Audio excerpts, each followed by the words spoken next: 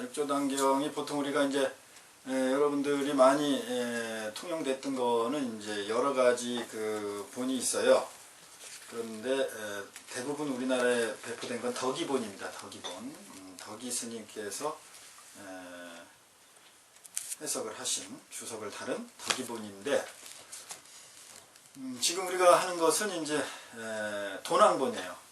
도낭본은 육조단경 그 자료 중에 가장 오래된 거예요.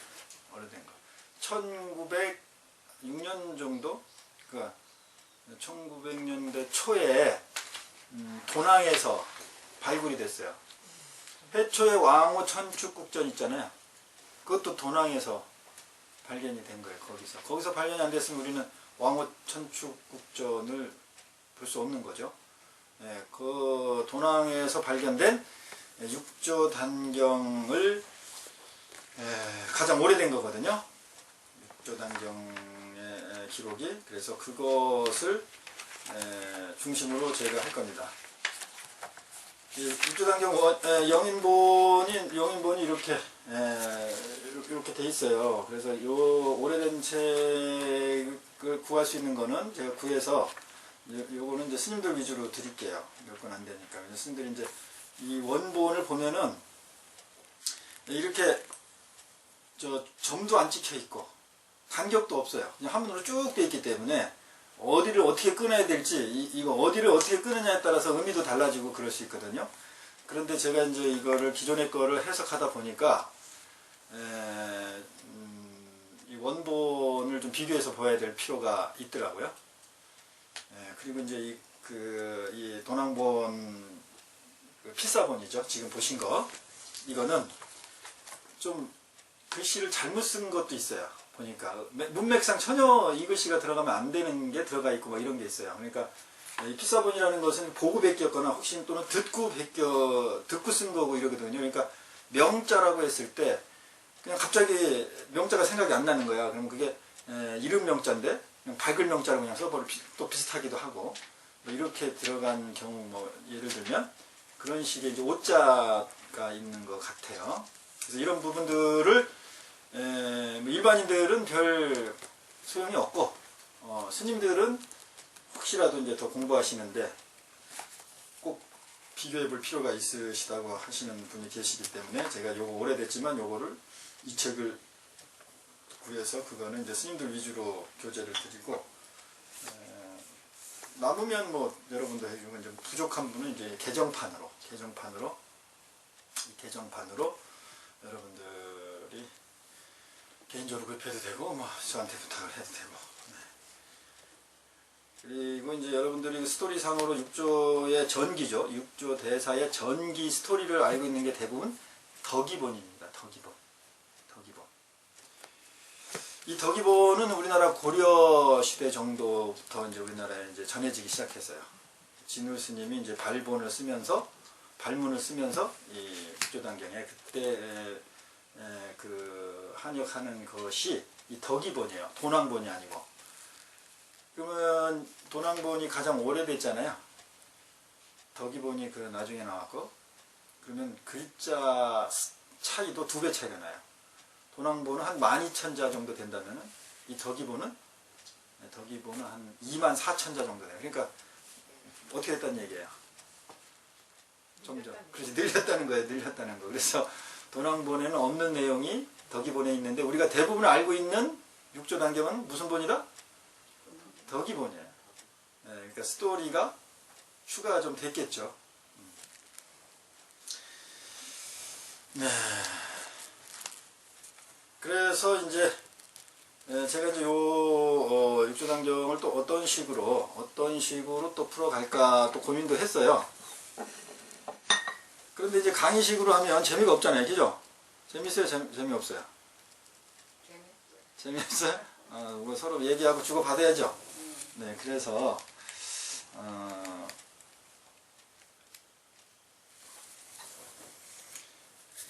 좀 방법을 제 나름대로 해 볼 겁니다.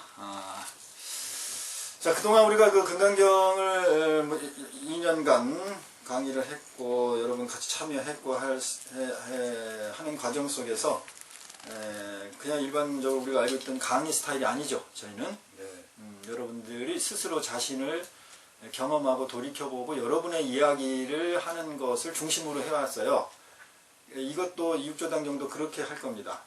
조금 힘들 수 있지만 어쨌든 그 바탕을 벗어나지는 않을 거예요. 그러니까 여러분들이 이야기를 많이 해야 되고 여러분 스스로 여러분의 의식을 자꾸 돌이킴하시는 그 연습을 해야 돼요. 그래서 기존에 어떻게 했는지 오늘 또 처음 오신 분도 있기 때문에 어떻게 우리가 진행을 했는지 보여주는 의미에서 우리 기존에 있던 분이 한번 같은 방식으로 해보겠습니다.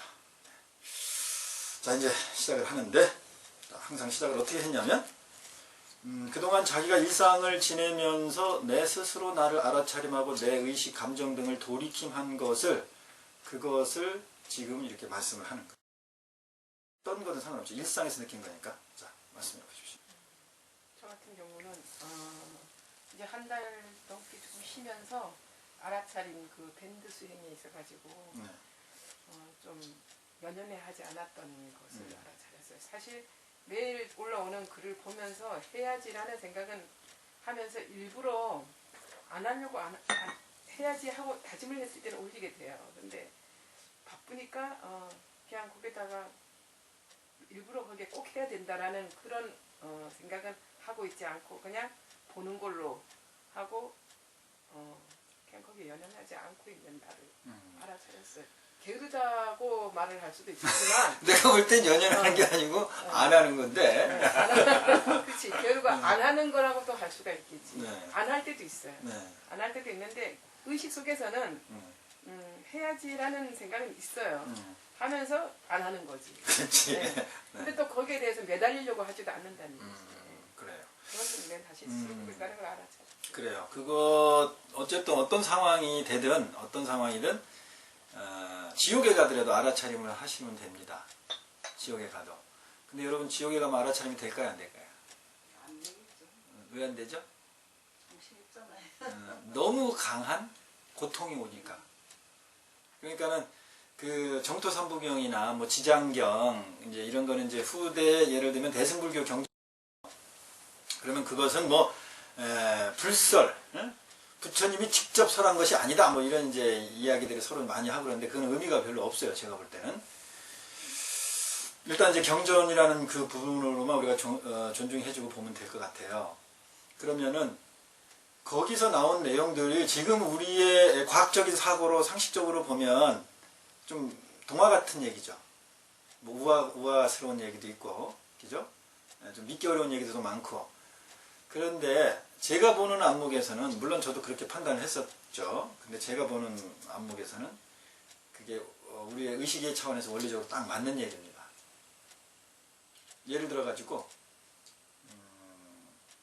지옥의 불구덩이에 있는데 예를 들면 뭐 나무아미타불을 일심으로 한번 부른다든지 그러면은 그 불구덩이가 연꽃으로 바뀐다고 그래요.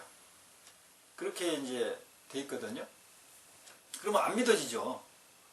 어떻게 내가 지옥에 있는데 더군다나 불에서 막 타고 있는데 아니면 화탕 뜨거운 그 물 안에 내가 들어가 있는데 그게 어떻게 연화대로 바뀌느냐 연꽃으로 바뀌느냐 믿을 수가 없잖아요. 근데 우리가 그냥 예를 간단하게 들어서 우리가 악몽을 꾸다가 내가 집에 완전히 불이 나가지고 내가 막 예를 들어 타고 있어 몸이. 그러면 엄청 괴롭죠. 그런데 엄마가 옆에 보고 있다가 애가 악몽을 꾸는 것 같아. 그래서 막 흔들어서 깨웠어요. 그럼 잠이 깨졌죠. 꿈꾸고 있던 나는 불에 타던 내 몸뚱이가 어떻게 해요? 없어졌죠. 없어지는 거예요. 비교를 하자면 이런 식의 원리로 그래서 부처님의 그 말씀은 뭐 직설이다 아니다 그런 걸 차원을 떠나서 깨달음의 경지에서 쓴 내용이기 때문에 우리가 그 자체를 받아들이는 연습을 먼저 해야 된다. 그러려면은 아까 말했던 지옥에 들어가서 알아차림을 할 수 있는 능력, 집중력, 정신에 힘이 생긴다면은 지옥을 가도 문제가 없죠. 그렇죠? 그렇겠죠. 그렇지. 원리상으로 그렇잖아요. 그런데 그런 정신력을 만들려면 그게 꿈속에서 연습이 됩니까? 꿈꾸기 전에 생시 연습해야 됩니까? 생시 연습이 돼야죠. 그래서 우리가 몸뚱이가 있을 때의 귀중함이라는 게 가치가 거기서 나오는 거예요. 개똥밭에 굴러도 이승이 좋다는 말이 이승에 있는 게 여러 가지 쾌락이 있어서 좋다는 그런 의미가 아니에요.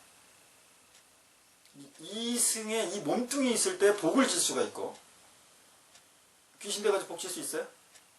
못 져요. 수행할 수 있어? 절수행을 해야 돼. 몸뚱이가 있어야 절수행을 하지. 이 몸뚱이, 육근이라고 육적이라고 하는 고름덩이라고 하는 이 몸뚱이가 그나마 있어야 깨닫든지 수행을 하든지 무슨 뭔 짓을 한다 이 말이에요. 그러니 이 몸뚱이가 있을 때 가진 것이 얼마나 귀하고 소중한 인연이에요. 그 말이에요. 그게 개똥밭에 불러도 이승이 좋다는 말이 그 얘기지, 무슨 이승에 그냥 그 자기 욕심 다 부리고 쾌락을 느끼니까 좋다, 그게 아니에요. 그 의미가. 이 몸뚱이가 있을 때 연습을 할 수가 있어요. 연습을. 알아차림도 이 몸뚱이 있을 때 연습하는 거예요. 이 몸뚱이 있을 때. 네, 그래서 원효 스님이 요새 제가 봐도 조금 알아차림 빼는데 잘 참여율이 적은데, 알고 있다는 게 중요하지. 그렇지. 그러니까 알고 있다는 게 중요한 거예요. 그렇게 내가 잘 못 올리고 있구나를 알아차림하면서 못 올리는 것은 그나마 괜찮은 거다 이거예요. 근데 그렇게 순수하게 알아차림하지 않고 합리화를 시키면 이제 문제가 생겨요. 합리화를 시키면 할 수 없다라든지 해봤자 뭐하라든지, 뭐 예를 들면 이렇게 합리화시키면 이제 여기서 산통이 나요. 이제 이거는 구제하기가 좀 힘듭니다. 그냥 내가 못하고 있구나 이렇게 알아차림하고 인정하는 선에서 끝나면은 그거는 별 문제가 없어요. 네, 이와 같이 우리가 항상 주제에 들어가기 전에 자기 일상에서 경험했던 것을 이렇게 먼저 이렇게 이야기하고 서로 나눕니다. 오늘 처음 오신 분들이 많이 있기 때문에. 저기 얘기 네. 중에 이제 이렇게 얘기해도 되나요? 네, 말씀하세요. 반론이? 네, 반론해 주세요. 아, 저는 좀 파괴 본능이 강해가지고 네. 뭔가 음, 좀 그게 있는데 일상이가 이렇게 여러 가지잖아요. 네. 일상이 주야 아니면 어디 모든 내가 있는 일상을 얘기하는 거예요. 그렇죠. 내가 존재하는, 내가 인식하는. 그게 일상이잖아요, 우리가. 그 스님이 생각하는 그러면 일상이 혹시 있으시면 말씀하세요. 일상의 저기 무한히 일상이 어떻다 이 질문보다는 네. 내가 무엇을 했을 때 어떨 때 내 마음이 어떨 때 그거를 묻는 게 오히려 낫지 않을까 싶어요. 내 마음이 특별할 때, 특별하게 느낀 거. 오늘은 무슨 일을 어떤 일을 중요한 일을 했다. 아니면 오늘 특별히 무슨 일이 느꼈다. 이런 어떤 것을 집어준 게 낫지 않을까. 네네. 오늘 하루 종일 일상이 그러면 찾아내기가 힘들다 이 밤부터 말씀이구나. 나가지. 그렇지, 그렇지. 네. 뭐 어디 갔다가 뭐 어떻다. 네, 맞아. 네, 네. 순간이가 이렇게 많은데 그렇지. 네. 이거 다 묻는다는 거는 우리가 내가 무엇을 얘기해야겠다. 오늘 가서 내가 무엇을 얘기해야 되겠다. 이 생각을 하지 않는 이상은 딱 그런 얘기 즉답을 하기가 좀 어렵지 않을까. 네, 맞는 말씀이에요. 네, 아주. 죄송합니다. 아니, 그렇게, 여기는 그런, 이렇게 질문을 초보자한테나 이제 누구한테 했을 때 나는 준비되지 않는 말이 나올 수도 있잖아요. 대부분. 네네네. 근데 미리 이렇게 미리 얘기를 질문했을 해주면? 때는 미리 준비를 해야 본다는 얘기. 그렇죠. 네네. 맞아요. 좋은 말씀입니다. 네. 그렇게 하는 거예요. 그렇게. 네, 그러니까 앞으로, 시작을, 지금 우리 스님 말씀하셨듯이 제가 일상에서 느낀 거 알아차림한 걸 하세요. 그러니까 황당한 거죠. 도대체 연습도 안 해봤고. 네, 근데 이제 조금 이렇게 규격을 정해준다든지, 특별하게 뭘 느끼셨어요? 라든지, 오늘 뭐 좋은 게 뭐가 있었어요? 라든지, 뭐 예를 들면, 여기 제가 이렇게 섹타를 정해주면 훨씬 낫다는 그런 말씀이잖아요. 네, 알겠습니다. 제가 물에 참고를, 걸리면 이렇게 네, 참고하도록 던지는 하겠습니다. 질문이 네. 좋아, 이렇게 여러분하고 저희하고 이렇게 주고받는 허심탄회하게 이런 법회를 하는 거예요. 제가 여기 학원이 아닙니다. 항상 강조합니다. 학원이 아니에요. 제가 뭘 쭉 설명하고 여러분은 받아 적고 그런 게 아니고 제가 무슨 말을 혹시 하면 내가 무슨 생각이 떠올랐으면 그냥 바로 이렇게 말씀하셔야 돼. 토론이죠, 일종의. 네, 저는 그것을 좋아합니다. 여태까지 그렇게 해왔어요. 그러니까 누구나 뭐 몰라도 아무 상관이 없어요. 저도 잘 모르고. 자, 그러면은 이제 육조당정을 제가 어떻게 시작할 건가를 고민을 지금 제가 했는데 방금 전에 말씀하셨듯이 강론, 학원식의 학습을 하는 데가 아니기 때문에 우리 마음을 경험하고 나의 의식이 어떻게 작용됐는지를 이 순간순간 돌이켜보고 그걸 표현하고 서로 이야기를 하는 것이기 때문에 육조당경의 배경부터 시작해가지고 이 처음에 진도를 쭉 나가면 안 될 것 같아. 똑같이 학원인처럼 이렇게 여러분 배우기 따라오기 바쁘잖아요. 그래서 항상 그래왔듯이 소크라테스식 영혼의 삼파술의 개념으로 똑같이 이렇게 시작을 해보도록 하겠습니다. 제 큰 스님이 제가 어느 날 절을 이렇게 했어요. 삼배를 항상 만나면 삼배를 하잖아요. 일배를 하든 삼배를 절을 했는데 나에게 절을 했느냐 그러더라고요. 그래서 네, 절을 했습니다. 누구한테 했느냐? 큰 스님한테 했습니다. 나는 절을 받은 적이 없다. 그렇게 딱 말씀을 하셨거든요. 왜 큰 스님은 절을 받은 적이 없다고 말했을까요?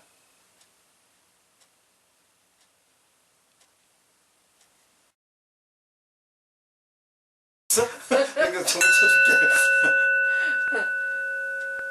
절을 한 자의 마음이 네. 느껴지지 않았을 때 첫 번째가 하겠고 저애가 나한테 진심으로 하는지 안 하는지 누구한테 하는지 모르겠어.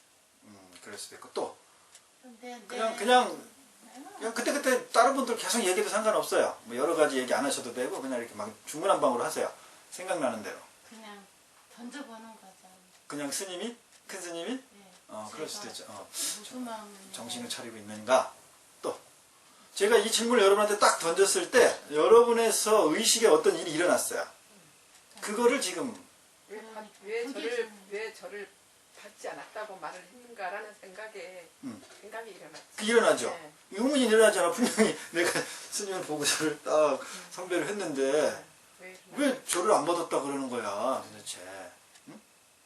자, 이 상황에 여러분이 딱 들었을 때 여러분에게 의식, 판단, 내 생각에서 무엇이 일어났는지 그걸 얘기하면 되는 거예요. 뭐 답을 얘기하는 게 아니고 여러분의 그 순간에 머리 굴리면 힘들어요.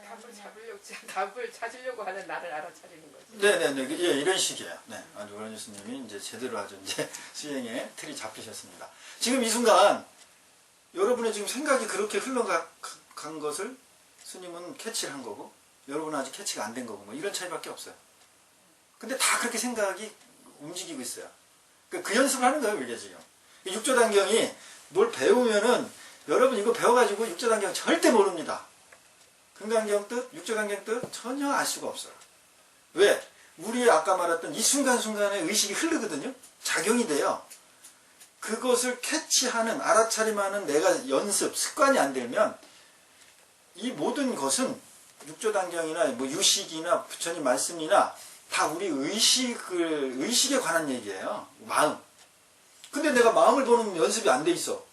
그거 백날 해봤자 뭐해? 그러니까 그것만 해보니까 우리 불교가 이렇게 정체돼 버린 거예요. 지금까지. 부처님 이후에 부처님이 안 나타나셨잖아요. 석가모니 부처님 이후에. 그러면 뭔가 그 석가모니 부처님 열반 후에 불교의 어떤 교육의 시스템이라든가 뭔가 이것이 한번 돌이켜볼 필요가 있어요. 부처님이 열반하시고 나니까 부처님이 계실 때는 아무 문제가 없었죠. 부처님이 항상 법문해주고 질문하면 답변하고 계속 1250인과 같이 다니고 그러니까 제자들 별 문제가 없죠. 궁금한 거 있으면 물어보면 되니까. 근데 그 존재가 딱 돌아가셨어. 없어. 그럼 어떻게 돼요? 이제 물어볼 존재가 필요하죠. 도대체 이 불법을 어떻게 만들어야 될 건가. 불법에 대한 부처님의 말씀에 대한 것을 걱정한 적이 없었어. 부처님이 살아계실 때는. 근데 부처님이 돌아가시고 나니까 걱정이 되죠. 그래서 불법을 체계를 잡아야 되겠다 하고 움직인 게 그게 압이란 말이에요. 여러분 많이 들은 부처님 정리를 해야 될 거 아니야. 부처님이 계실 땐 정리할 필요 있어요, 없어요? 없죠. 근데 돌아가셨어. 그러면은 제자들이 어때요? 당연히 부처님이 말씀하신 거를 체계를 잡으려고 하겠죠. 네, 그런 아비담마들의 논쟁과 그 논사들에 의해서 뭐 8정도, 삼법인부터 시작하죠. 삼법인, 사성제, 8정도 이렇게 체계를 쫙 잡은 거예요. 이걸 잡아갈 때도 원칙이 있었어요.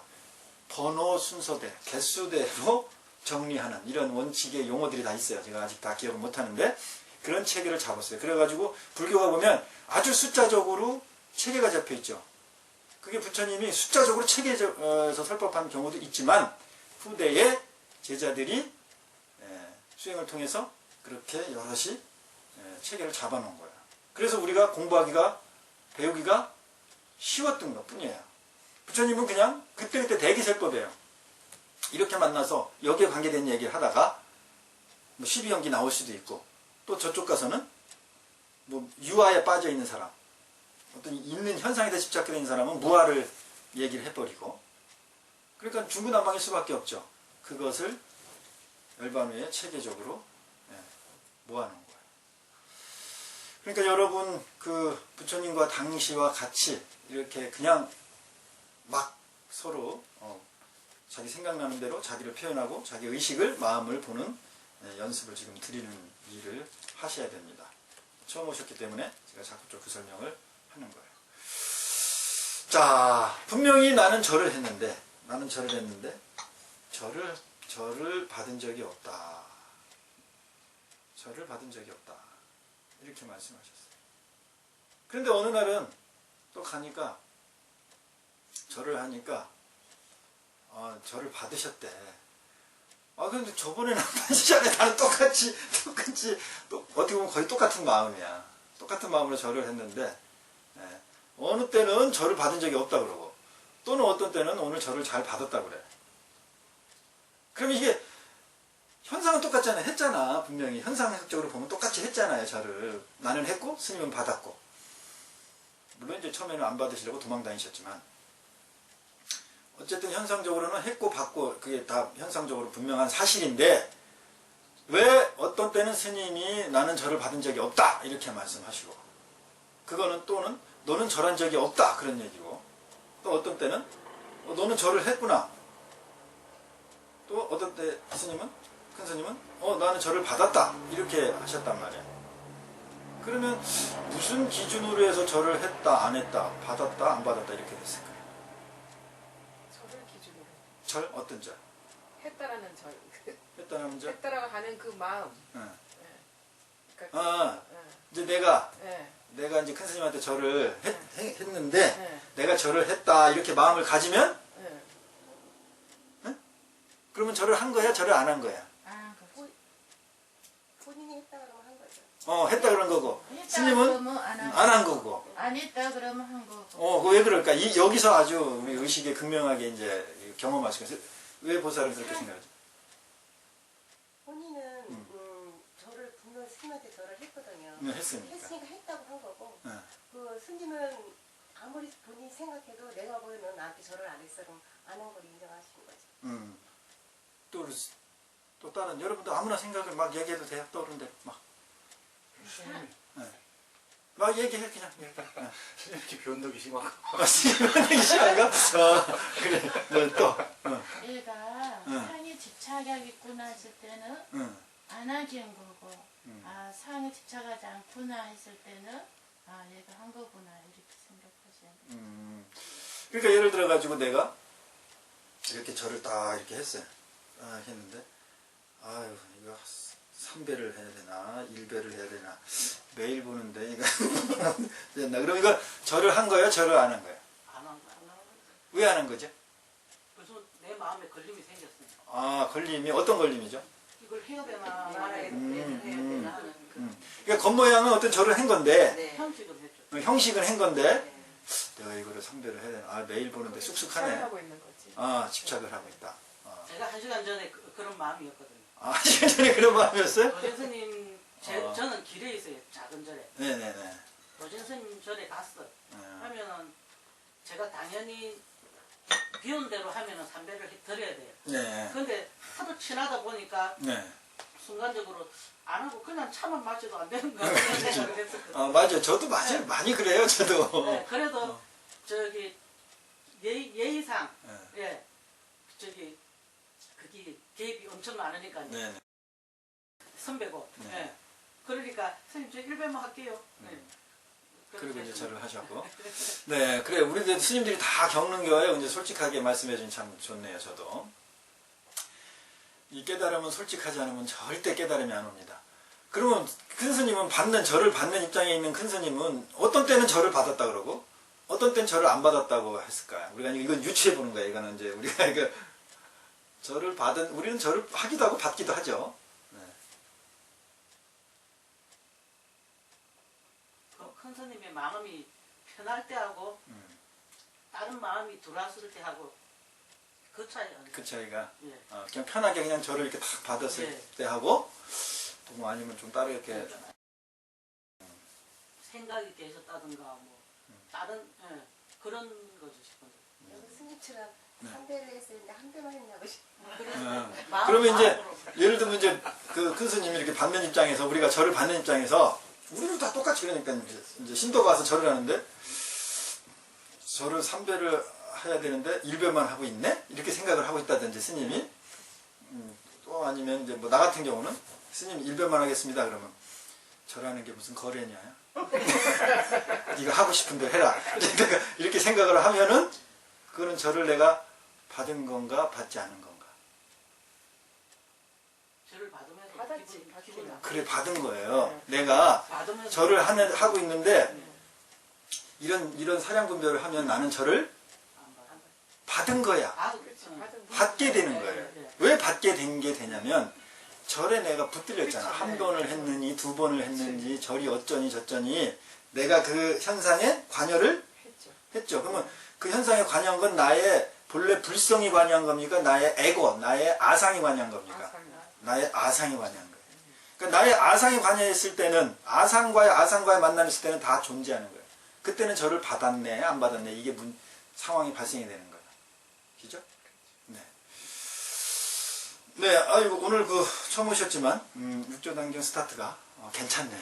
네, 여러분들이 적극적으로 잘 참여를 해주셔서 네. 그래가지고 이게 이제 여러분한테 유인물을 나눠줬잖아요. 아직 책이 안 나와서 다음 주에 이제 책이 나갈. 그게 신시 같이 가봅시다. 그걸 보면 돼요. 시작. 신시 도리수 신명 명경대 시시 근물시 물사 약지. 한문이 이렇게 어렵지 않죠? 그 옆에 해석도 있고. 이게 뭐냐면은 육조 단경에 대해서 전혀 모르는 분도 있고 스님들은 대부분 아시죠?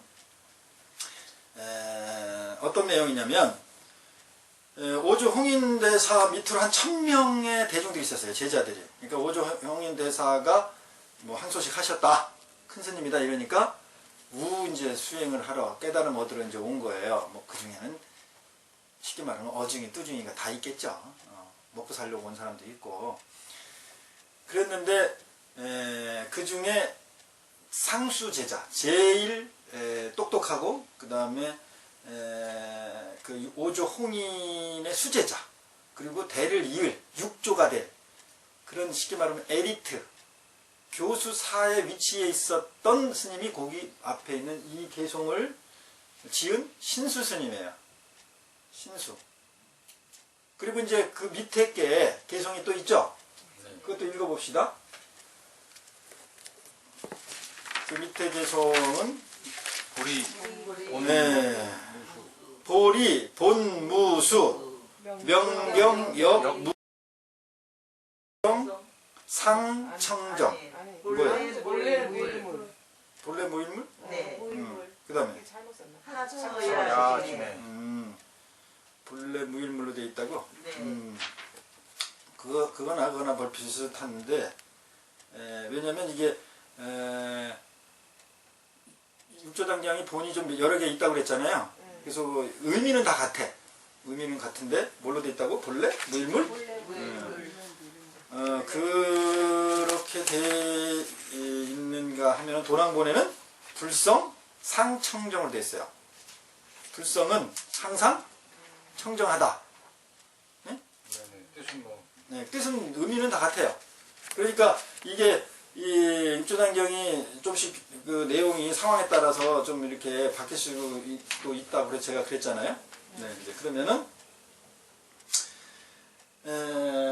신수 스님은 그 교수사 제일 그 스님들을 가리키는 그 가장 수승하고 공인적으로 자타가 공인하는 교수사 스님이었어요.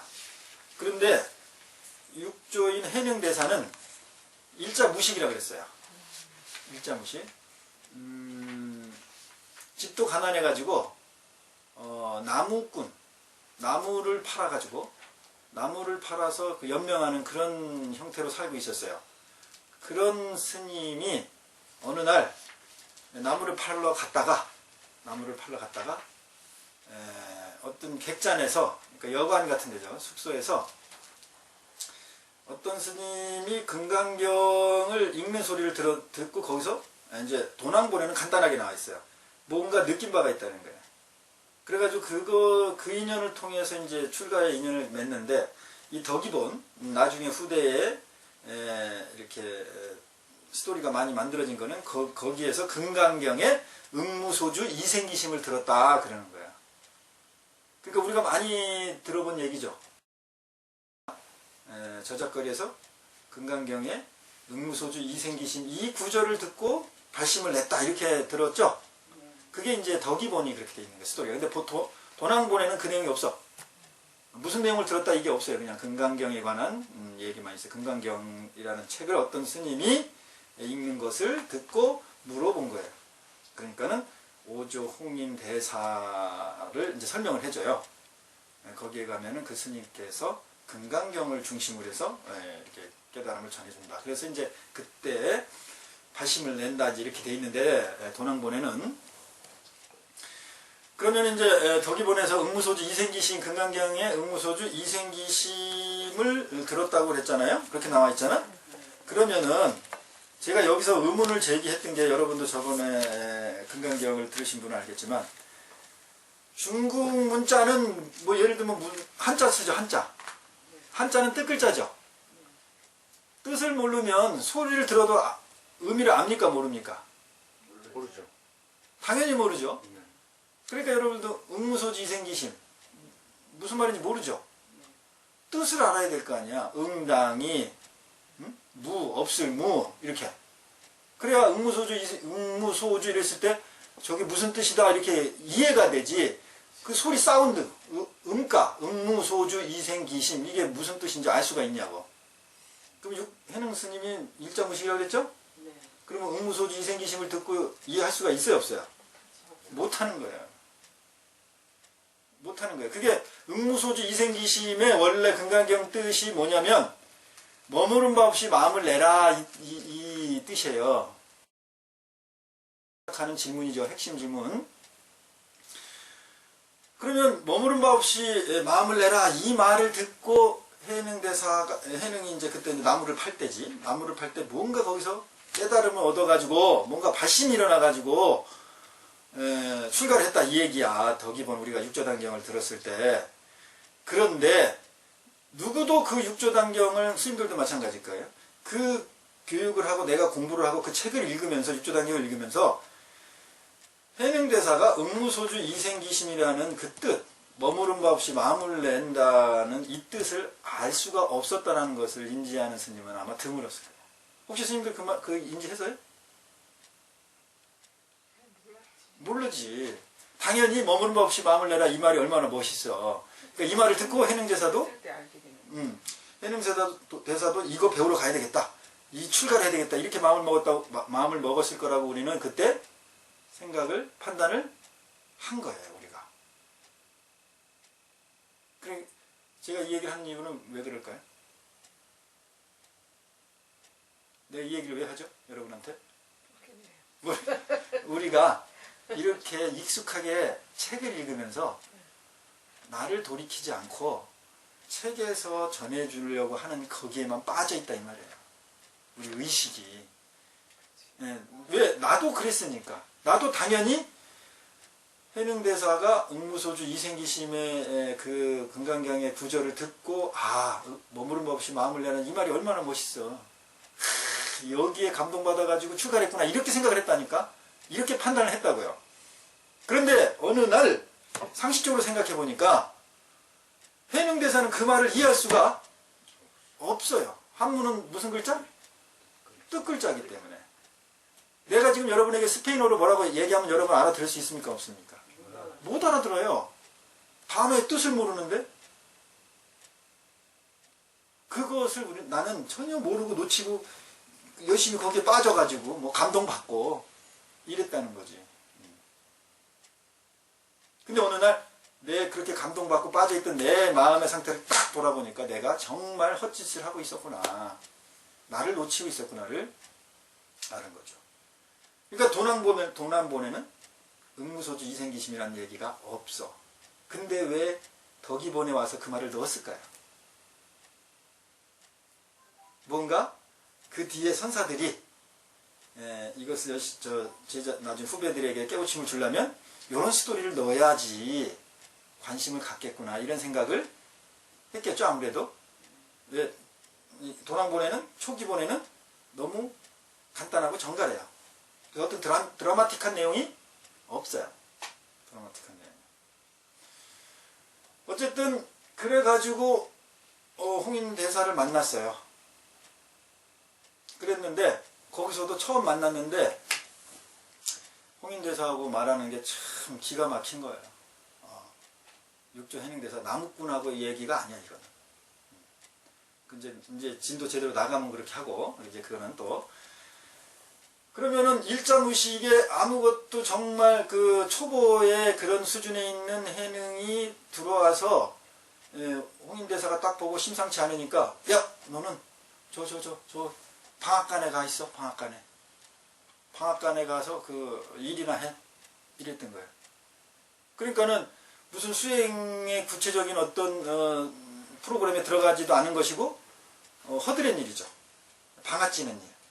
그런 일을 하는 대로 그냥 밀어 넣어버린 거예요.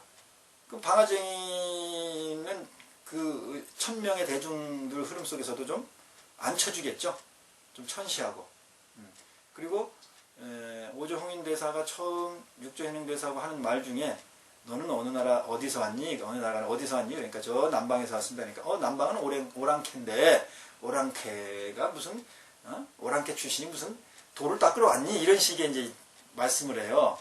근데 여기에 이제 해능이 한 방 매기는 얘기를 합니다. 홍인대사는 중원에 있고 나는 남방에 이렇게 겉으로 이렇게 표는 나지만 불성에 어디 남방, 중방이 있습니까? 이렇게 딱 얘기를 해능이 했단 말이에요. 그러니 어때요? 오조가 볼 때는. 이거 충격적인 말이죠. 보통 놈이 아니죠. 그래가지고 대중들한테 이제 숨기려고 이제 방앗간으로 넣었다 이제 이렇게 되는 건데 그런 상황에서도 해능대사가 그렇게 말했다는 자체가 이미 해능대사가 수준이 있다는 거지. 그건 그렇고 그래서 어쨌든 차이가 신수대사하고 해능하고는 뭐 이게 상상할 수 없는 차가 난 거예요. 근데 어느 날 홍인대사가 앉아가지고 보니까 행운대사 보니까 앉아서 저 대중들이 놀고만 있는 거지. 놀고만 있는 거야. 제대로 수행을 안 한다 이 말이에요. 그냥 앉아서 뭐 경이나 읽는다든지 뭐 그냥 앉아서 좌복에만 앉아있고 뭐 이러고만 있는 거예요. 그러니까 너희들은 시중물이 이렇게 귀한데 생사해탈 부처님 본분사를 제대로 깨달으려고 하고 있지 않구나. 자 너희들에게 내가 문제를 내겠다. 그래서 개성을 제대로 저오는 사람은 내 다음 후계자로 정해주겠다. 6조를 승인하겠다 이거예요. 그래서 이제 개성을 저하라 해서 나온 개성이 이 신수대사의 지금 신시 보리수다. 이렇게. 여러분 금방 해석이 되죠. 몸은 뭐라고요? 보리의 나무다. 이 보리는 보디예요. 보디 깨달음. 그러니까는 이 몸은 깨달음의 저기 나무 숫자죠. 깨달음의 나무다 이 말이야. 깨달음의 나무. 나무는 어떻죠? 자라죠? 네, 이거를 나무라고 하진 않았겠지. 이렇게 가지가 뻗고 새싹이 자라는 걸 나무라고 그랬지. 그 나무 숫자예요. 이게. 몸은 깨달음의 나무고 마음은 맑은 이건 경계. 예, 거울과 거울. 근데 이게 이제 이 한문 자체로만 직역으로만 보자면 이게 무슨 대자? 이게 대대자야. 그리고 요거는 거울 경자야. 그러면 거울에 뭐야? 거울에 대. 그러니까 거울만 의미하는 게 아니에요. 그러니까 명과 같다 이렇게 해석하면 조금 이제 좀 달라져요 의미가. 근데 맑은 거울에 뭐 받침대 이게 대 받침대 대자거든. 화장대 할 때. 네, 화장대 할 때 그 대예요. 그 마음은 같을 여자야. 뭐가 같다고요? 맑은. 그 거울 같다고 그러는데 여러분들이 그냥 배운 거야 그게. 거울 같다 그러면 대가 필요해 안 해? 필요하지 않지. 필요가 않지. 그냥 이 거울 경자만 있으면 되죠. 시명 명경 하면 되죠. 남의 기대어 있는 거울과 같아 이렇게 표현했나 보다. 그렇게 해도 되죠. 그렇지. 그러니까 뭔가 여기가 의지된 어떤 의지에 있는 거울. 형성이야. 잘 보셨어요. 이렇게 찾아가는 거예요. 우리가 경험해 가는 거예요. 그러니까 마음은 같다. 맑은 거울과 같다. 이렇게 하는 거하고 마음은 맑은 거울에 받침대와 같다. 받침대의 거울과 같다. 또는 받침대에 있는 거울과 같다. 이렇게 해석을 하든지. 그러면 이제 지금 스님이 말하는 것은 마음은 무조건 거울이다. 그것에 이제 소술형이고, 그죠? 그러면 저는 이제 주어가 다른 거죠. 마음이 거울이 아니고 뭐라고요? 마음이 받침대. 받침대에 네. 받쳐져 있는 거울과 같다. 그러니까 스님 그렇게 해석하는 거고 저는 또 다르게 해석한다면 거울에 포인트가 있는 게 아니고 거울에 대. 그럼 이제 이게 받침대라는 거는 이게 화장대처럼 이렇게 받침대일 수도 있고요. 거울은 유리잖아요. 예를 들면 유리의 테두리도 대야. 무슨 말인지 알아요? 네, 유리의 테두리. 그러면 유리가 이렇게 있으면 이 유리를 고정하려면 뒤에 이렇게 판이 있어야 되죠. 네. 그리고 유리 테두리가 이렇게 있어야 되죠. 그리고 대 맞죠, 대. 네. 그러면 그 유리 거울에 뭐가 되는 거야? 이게 바탕이 돼주는 거지. 받침을 해주는 거죠. 네, 그러니까 이게 해석이 기존에 예를 들면 이게 성철 스님의 해석인데 그렇게 해석이 돼 있어요. 그러면 그 해석대로 우리가 배우고 받아들이는 것도 중요하지만 내 나름대로 이렇게 해보는 건 난 더 중요하다고 생각하는 거예요. 우리는 그걸 하자는 거예요. 그래야 나를 경험해요. 그렇지 않고 기존에 있는 거를 자꾸 애우려고 하고 받아들이려고 그러면 거기에 나의 의식의 흐름은 경험 못하고 배운 거를 애우려고 하는 상황만 존재합니다. 그렇죠? 그래서 지금 자꾸 이렇게 다른 이제 얘기를 하는 거예요. 어쨌든 이제 마음은 거울과 같다는 거야. 거울 되든 거울이든 거울과 같다는 거예요. 우리가 이해가 충분히 되죠? 네. 그래, 넘어가. 그러니까 시시때때로 불시 이게 쓰고 닦는다는 뜻이에요. 네. 그러니까 시시때때로 닦아야 돼. 뭘 닦아야 돼? 마음을 닦아야 돼. 부지런히. 그래가지고 이거 이제 부지런히 닦아라 그런 의미가 되겠지. 그 다음에 뭘 하지 말라 이거죠. 하물며 하여금 진해는 이제 티끌과 때 같은 거야. 그 때가 끼지 않도록 열심히 갈고 닦아라. 이게 신수대사가 교수사라이란 말이야. 스님들을 가리키는 교리를 이야기하고. 이런 말을 딱 해주니까 기가 막히죠. 기가 막히니까 이제 이게 낙점을 받았어요. 어쨌든. 왜 낙점을 받았을까? 이 다음에 대안의 개성이 없어서 다른 스님들이 올리지 않고 다른 스님들은 어차피 교수사 스님이 신수 스님이 후계자고 그리고 제일 나니까 개성을 바칠 거다. 우리는 바치지 말자. 이렇게 이제 여러분 이제 진도를 나가면 이제 나와요. 그렇게 대중들이 올릴 생각도 안 한 거야. 그러니까는 유일하죠. 그러니까는 홍인대사도 이걸 보고 그래. 요거를 너희들은 열심히 갈고 닦으면 깨달음을 얻을 것이다. 이야기를 해서 이제 구체적인 내용은 이제 진도 나가면서 이제 합시다. 그랬는데 해능대사가 이 소식을 들었어요. 이것을 이제 거기 대중들이 애고 다니니까 방앗간에 있다가 그게 무슨 개성이요? 그러니까 해능은 듣는데 천재인가 봐. 이제 객장에서도 금강경 듣는 소리에 짱 했고, 그러니까 이게 신수 이래가지고 신수대사가 이렇게 개성을 지었는데 이게 홍인대사한테 인가를 받은 거다. 그러니까 이 개성을 듣고 해능이 또 뭔가 느꼈죠. 그러면 해능은 사실은 글을 안다는 거예요, 모른다는 거예요? 안다는 거예요. 안다는 거잖아. 이 뜻글자 아니야, 한문은. 네. 그러면은 내가 글을 모르니 내가 개성 하나 쓰고 싶다. 누구나 쓰라고 했으니까 그럼 그래 쓰시오. 내가 불러준 대로 좀 쓰시오. 이렇게 된 거야. 그래서 그 사람 이제 그 글을 쓸 줄 아는 스님이 대신 써줬어요. 그게 뭐냐면은 여러분이 지금 읽었던 보리 본무수 명경 역 비대 어디는 무대 이렇게 돼 있어요. 여기 동남본에는 무대 이렇게 돼 있습니다. 그러니까 그 조금씩 그 글자나 문자 좀 다르다 그랬죠? 그런 거는 의미의 차이 있으면 별로 간여치 마세요. 그리고 여러분들은 뭐라고 됐어요? 본래 무일물 본래 무일물 또는 불성 상청정 이렇게 돼 있고 본래 무일물 그 다음에 하처 야진해. 그럼 뜻이 뭐냐면은 보리라는 것은 본래 없는 나무다. 보리라는 나무가 본래 없는 나무다 이 말이에요. 원래 보리라는 나무가 있나요 없나요? 그러니까 이름을 붙여서 보리나무가 된 거지. 그러니까 없죠. 우리가 알고 있는 보리나무 보리수 있어요 없어요? 있어요.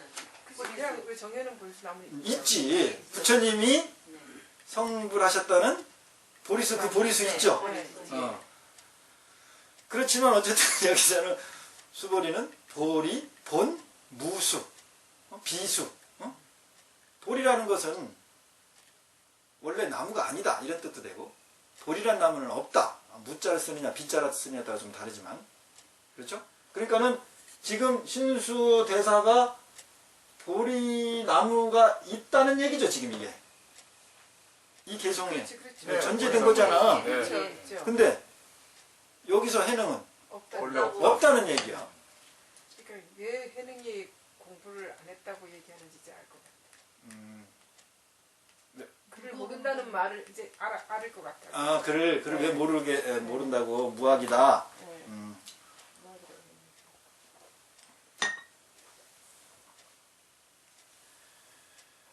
보리 신수대사는 보리 이 나무가 있다. 몸뚱이가 바로 보리수다. 보리나무다. 그러니까 이 몸뚱이를 어떻게 해야 되는 거야? 열심히 갈고 닦아야 되는 거고 마음은 어떻게 하자는 거야?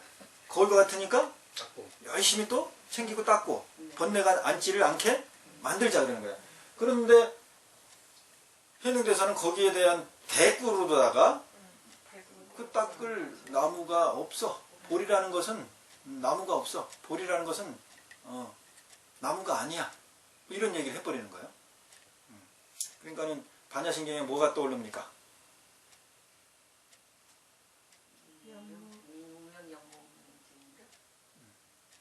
제일 많이 하는 거. 신수는 있다고 하는 거죠. 그렇지. 색즉시공 공주일생이 떠올려야 되죠. 여기서. 색즉시공. 예를 들면 신수는 있잖아. 뭐 있는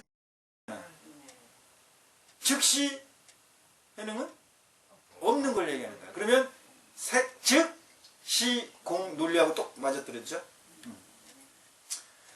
그 다음에 명경 또한 맑은 거울이라고 하는 것 또한 받침대가 없다. 그죠? 왜 받침대가 없죠?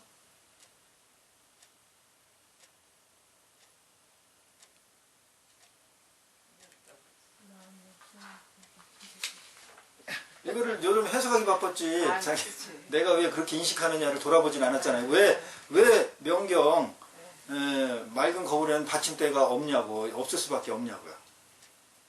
아니 뭐 저는 생각드는 게 그 밤에 보는 밝은 달이나 네. 낮에 보는 뜨거운 태양이나 또는 그 맑은 이 개울의 맑은 그 시냇물은 받침대가 없는 거로 알고 있습니다. 아, 그렇게 알고 있어? 그렇지. 생각이 알고 있어.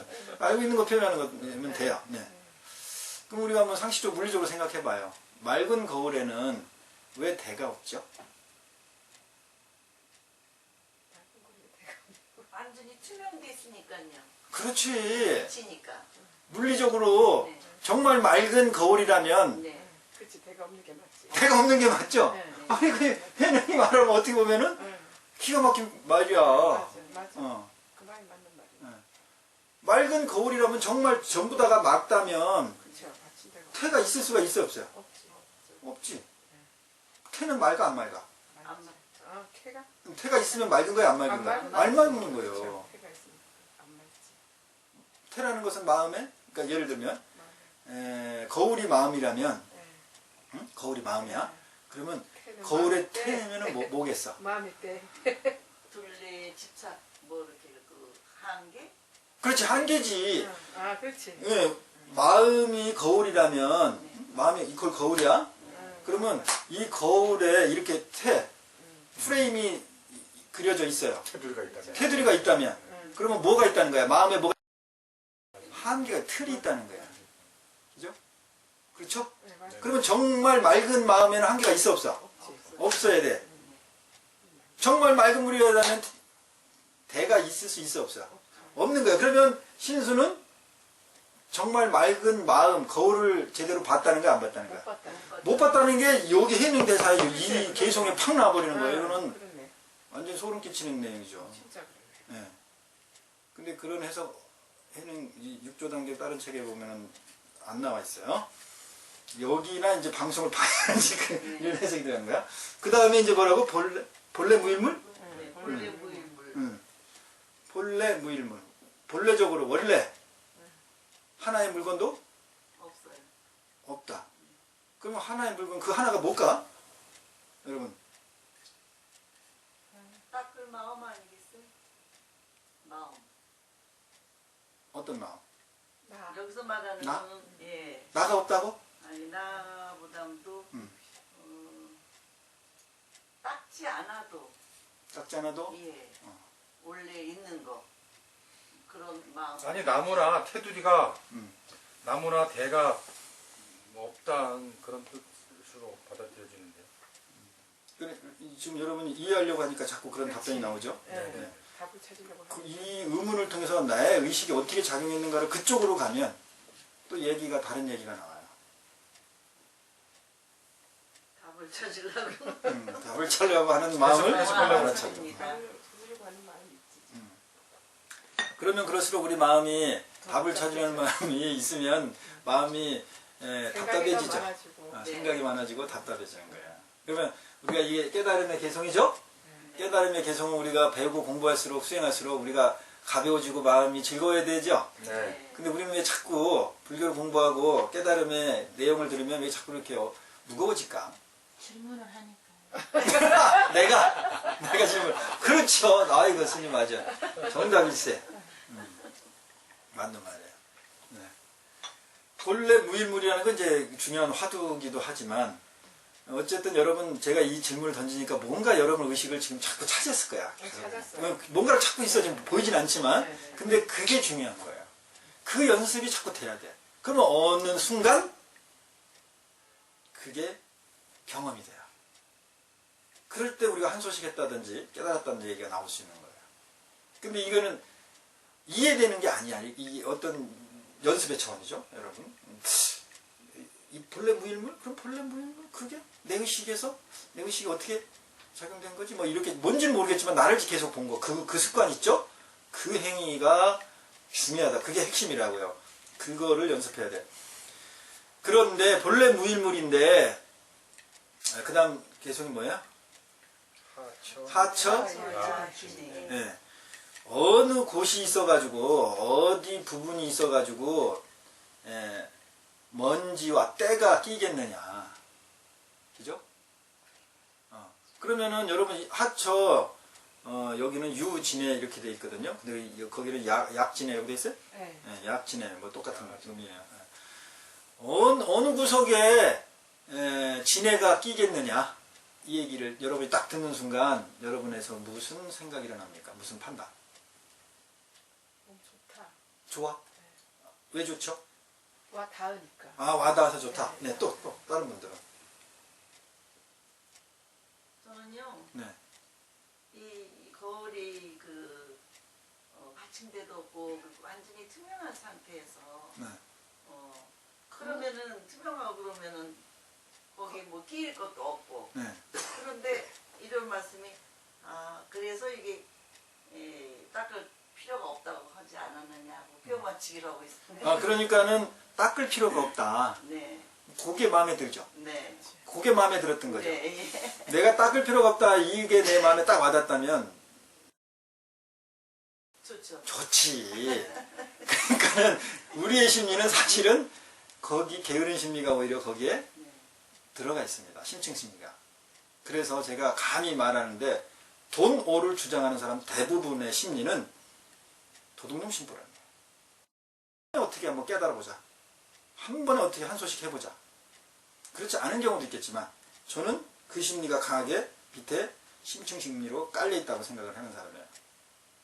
한 방에 어떻게 해보려고 한다니까? 한 방에? 그런데 아이러니컬하게 이 육조단경은 도노를 주장하는 거로 알고 있죠?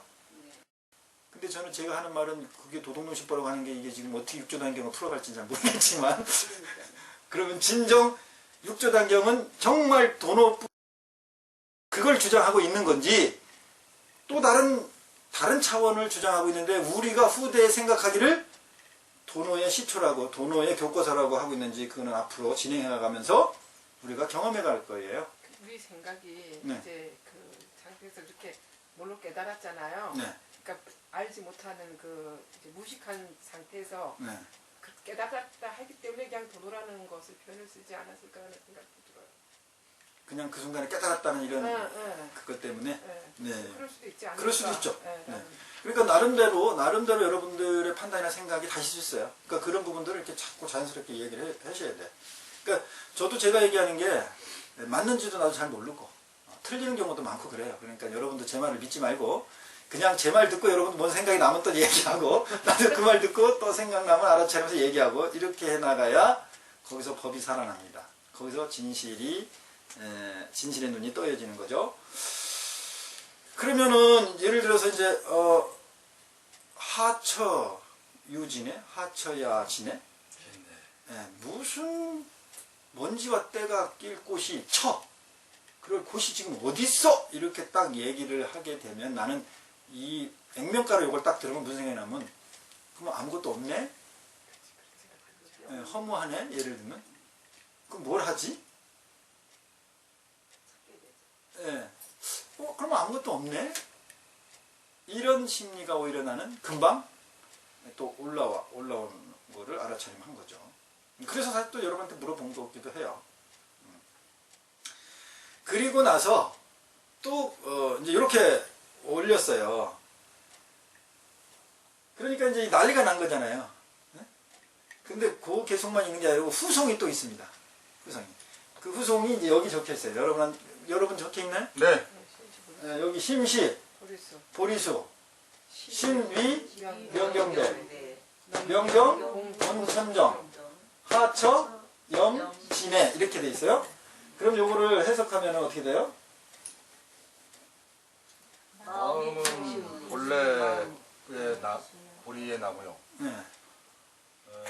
몸은 몸은 밝은 거울 갖고 거울. 자 그러면은 예, 거울의 몸은 신수계송에서 바뀌었는데요. 그렇죠. 예, 잘 알아차렸어. 네, 그렇지. 그거를 비교하려고 내가 이렇게 한 네, 거야. 맞아요. 지금 여기 신수 먼저 신수 개송하고 네, 이 심신. 심신이 바뀌었죠. 네, 네, 네. 뒤에도 바뀌었어. 예, 뒤에도 바뀌었고, 네, 기죠. 네. 그러니 왜 바뀌어놨어요? 그래 맞아요. 그거 왜 그랬을까 이게 무슨 상황이야 이게 도대체? 이 개성에 집착하지 말아라. 네네, 좋아요. 또 몸이 어. 몸이 있어야 마음도 있고 또 마음이 있어야 몸을 지탱을 해서 또 닦고 이러는 거 아닌가? 몸이나 마음이나 왜 바뀌어놨어요? 그렇죠. 여기를 이 전의 개송은 이 자체를 부인하는 걸로 했죠. 네. 보리수가 없다 이렇게 이 대상을 아예 부인을 해버렸어요. 근데 여기는 몸 마음을 부인했습니까 안 했습니까 여기서는? 있다. 부인을 한 건 아니야. 예. 근데 위치를 서로 바꿔놨어요. 네. 거기에 붙잡힐까봐 그렇게 된 것 같아요. 붙잡힐까봐. 거기에 집착해서 거기에 붙잡혀 있을 거예요. 여기서는 돌아보라고. 몸이 보리수인데 저기 신수는 몸이 보리수라고 했는데 해는 마음이 보리수래. 그러니까 신수 대사가 있는 것을 가지고 비유한 그 구조를 똑같이 해능도 취했죠 이번에는. 그렇죠, 취했죠. 취했는데 대상이 바뀐 거야, 다른 거야. 그럼 여러분 생각할 때 이제 요거 해석을 한번 여러분이 한번 판단해봐요. 어느 게 더 타당한지, 몸이 보리수가 맞는지, 마음이 보리수가 맞는지. 마음이 보리수. 더 와닿죠. 마음이 보리수가 맞아요. 네. 그리고 이 몸이 명경대가 맞아요. 그렇죠. 여러분 어떻게 생각해? 그렇지. 몸을 비춰보니까 네, 몸을 일단 마음을 비추니까. 비추기보다 실제로는 마음이 몸을 의지를 하잖아. 마음이 몸을 의지한다. 의지하지. 그렇죠. 근데 몸이 없으면 이 몸도 마음을 의지하잖아 반대로. 그럴 수도 있죠. 그렇지 않나? 그건 서로 그렇지 않나? 서로 의지하죠. 네. 서로 의지하지. 응. 달과 근데 계란 관계인데. 몸이 있어야 마음도 닿고 음. 몸이 없으면 마음도 있다 없다 할 수도 없는 거 아니야? 몸이 있어야 마음을 닦으니까 나타낼 수가 없잖아 몸이. 그러니까 이거 좋은 말씀하셨네. 이걸 보실 때 아니, 신수는 여 개송에서 보면 이 몸이 보리수잖아. 몸이 깨달음의 마음이죠. 깨달음의 형태죠. 몸이. 그러니까는 그렇지. 주어가 몸이죠. 수단이 마음이고. 근데 해능은 마음이 네. 보리수야. 그렇지. 이게 주어가 완전히 네, 바뀌어 버렸어요.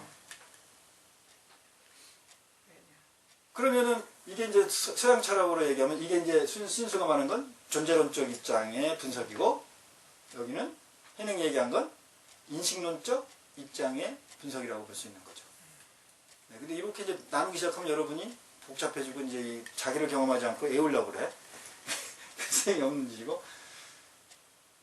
여러분이 이제 나를 돌이켜 보는 거죠. 마음이 정말 보리 깨달음이라는 그런 건가? 보리수인가? 몸뚱이는 거울에 지나지 않는가? 거울은 어떤 거예요? 수다. 수다. 그러니까 몸은 어떻든 간에 없어지는 거잖아요. 없어지고. 사라지는 거지만 마음이 없어지는 건 아니거든 사실. 그런 면에서 볼 때 그렇지만 몸은 거울에는 몸은 비춰보게 될 수가 있지만은 그러니까 거울은 아무래도 수단에 가깝다. 그렇죠. 수단에 가깝죠. 근데 우리가 처음에 이 개성을 들었을 때는 마음이 명경, 마음이 거울처럼 맑다 했을 때 기가 막히게 와닿았잖아 우리가. 네. 우리가 그렇게 마음이 작용된 요 사실을 우리가 돌이켜보는 게 사실은 진실이야. 거기에 법이 있어 오히려. 제가 처음에 이걸 제시할 때는 우리는 나도 모르게 마음이 명경되는데 벌써 그냥 너무도 좋았어. 와닿았어요. 네. 근데 지금 이 개성을 놓고 또 비교해보니까 또 다른 입장이 돼버리죠. 요 일련의 과정을 몇 분 상간에 이렇게 됐잖아 우리 의식이. 그렇죠. 그거를 우리가 내가 왜 그 순간 놓쳤고 지금은 왜 이렇게 작용하는가 요걸 알아차리고 돌이킴하는 것. 그러면 이 개성의 뜻의 의미가 없어지죠. 이걸 알고 모르고 의미가 없어지죠. 내 의식이 작용하고 나 그것을 왜 놓쳤는가. 따라가고 있어. 그렇지. 거기에 법이 있는 거예요. 거기에. 여기에 법이 있는 게 아니라고. 그렇게 작용이 되면 명경, 본청정이 되는 거예요. 응? 명경 원래 청정했고, 그러니까는 여기는 염자예요. 여기는 진해였는데 여기는 오염 한다는 것까지 들어가 버렸어. 어느 곳에 물이 들어버리겠느냐, 진해가. 자, 좀 재미가 있습니까?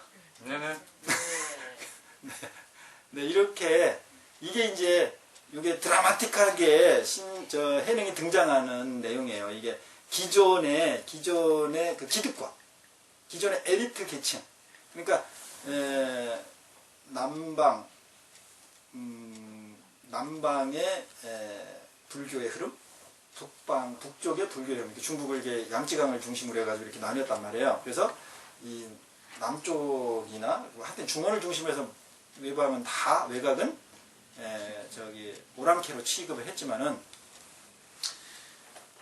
이 남쪽의 중국의 불교는 이제 해능 선사, 해능 스님에 의한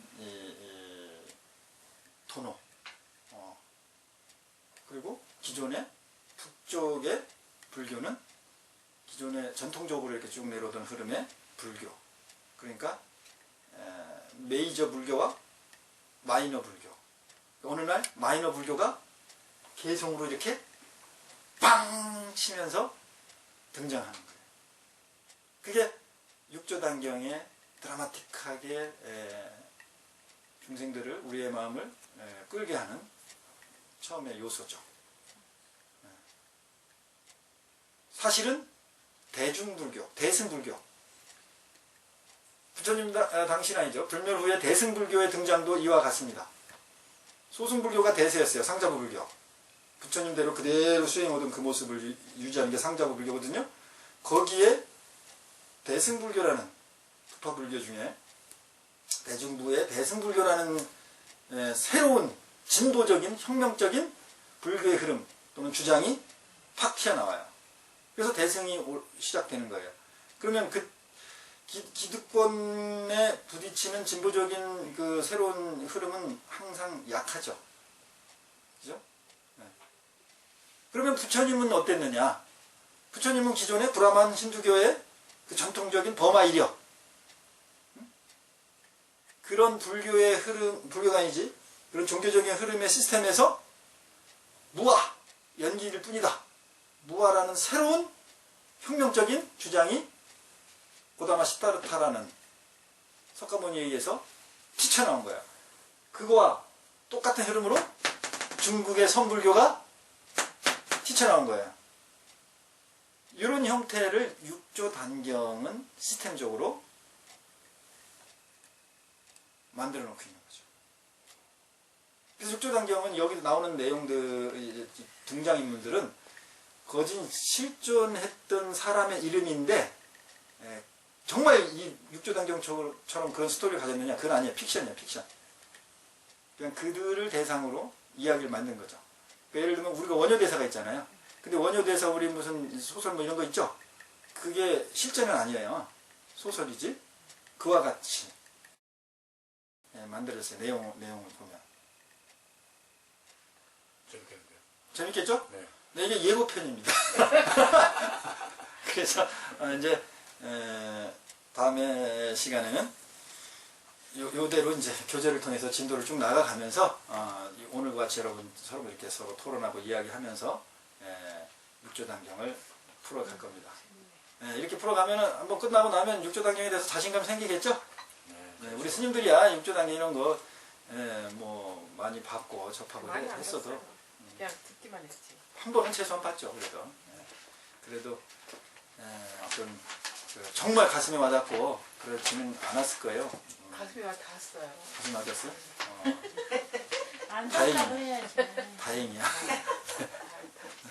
근데 이제 이렇게 한번 풀어가면서 자기를 또 깨우쳐 가봅시다.